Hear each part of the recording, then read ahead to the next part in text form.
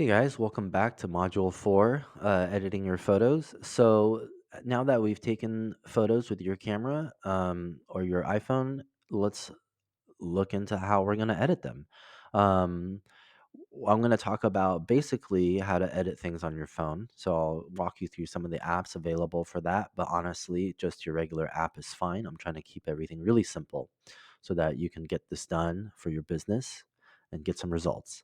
So, basic editing techniques, I'll go over why we're doing cropping, adjusting, exposure, and that kind of stuff. We'll also talk about some advanced corrections that you can do, and also removing some unwanted elements to keep your images really focused on just the message you want to deliver. Let's get right into it. All right. So, module 4, part 1, overview of apps. There are plenty of apps that you can check out. There's apps on your phone, there's apps online. There's also apps that you can purchase, such as Lightroom and Photoshop. Those are a little bit more involved. But I want to talk a little bit about some of the drawbacks and benefits of editing on your phone versus on the computer. Um, with the phone, it's just very fast. Everybody has a phone nowadays. You can take really great photos with your camera phone, and there's ample opportunity to edit things, and you can even do some basic file management. But again, this course is just to help business owners get the most out of just a small amount of time. So I want to make it super easy. I don't want to get too far into all the things that you don't need to know. So on the phone or even on your tablet, you can download Vasco, you can download Snapseed, or even Lightroom Mobile. But honestly, just the editing app that comes pre-built with your phone and your camera is probably going to be just good enough. And especially if you're shooting in raw mode, that's going to really help you in the end. And with file management, you can easily get files off of your phone through Dropbox or something like that, Google Drive. Or uh, if you're on a Samsung phone, there may even be little SD cards that you can take out. But I think doing things digitally, wirelessly, through the Bluetooth or through the Wi Fi is your best bet. Lastly, if you wanted to edit and add a couple of elements onto your photo to make it, let's say, a cover for your YouTube page, or you want to throw some words on there because it's going to end up being an advertisement on Instagram, or you want to put some text overlay, canva.com is a great site to go to for that. They have a lot of pre built templates, and I had a lot of good, I've created a lot of my ads and graphics with that. And that's just makes it super easy and super quick for you.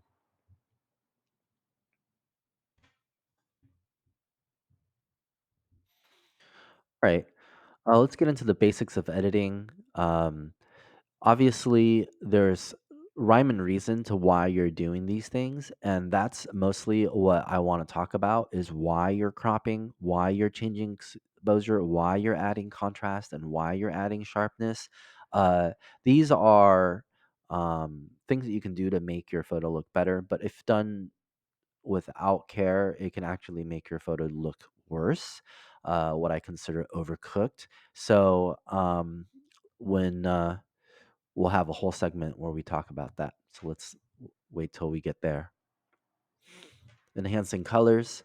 Um, Definitely, there is psychology and symbolism behind the photos that we see.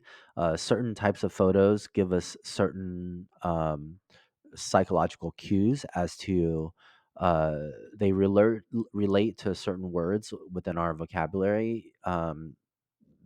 It's simply how our brains are set up. For example, if I if I say imagine an apple, uh, you're everybody's going to have a different size, different shape, different color apple, different flavor apple in mind when I say that.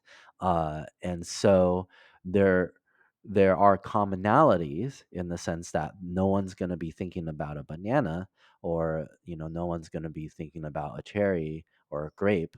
They're going to be thinking about a broad generalized category of what an apple is.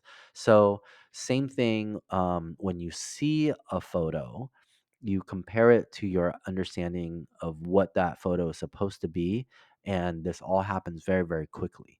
So if you're utilizing visual symbolism to enhance your photo, to help it communicate, then you're on the right track with your thinking. And of course, branding with style. You can choose a particular look and feel to become a voice for your brand. So, for example, if someone wanted to only have black and white images and have certain colors pop out, that could become something of an iconic look for the brand. If you shoot everything really warm, meaning you take the white balance and you crank it to the side where it just feels really warm. Oftentimes, you'll see companies who go completely towards the warm route, like uh, a few that comes to mind are like Free People goes really warm. J. Crew goes really warm. So there are definitely brands that tend towards that, and then there's brands that tend towards the cool. Uh, a lot of Scandinavian designs. IKEA tends to be bright white. So with that in mind, hopefully you'll have a basic understanding of what you need to do to make your photos stand out for your company. Removing elements, obviously taking out unwanted elements really help with the psychology of visual communication.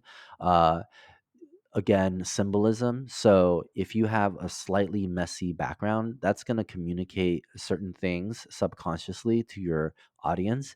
And so uh, you have to think about everything that's in the frame of the photo. Don't let anything go without taking a look and thinking through how your audience is going to perceive it. And there are many ways to do it, and I'll show you some on different platforms.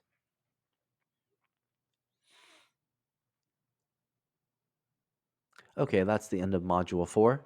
Join me for Module 5.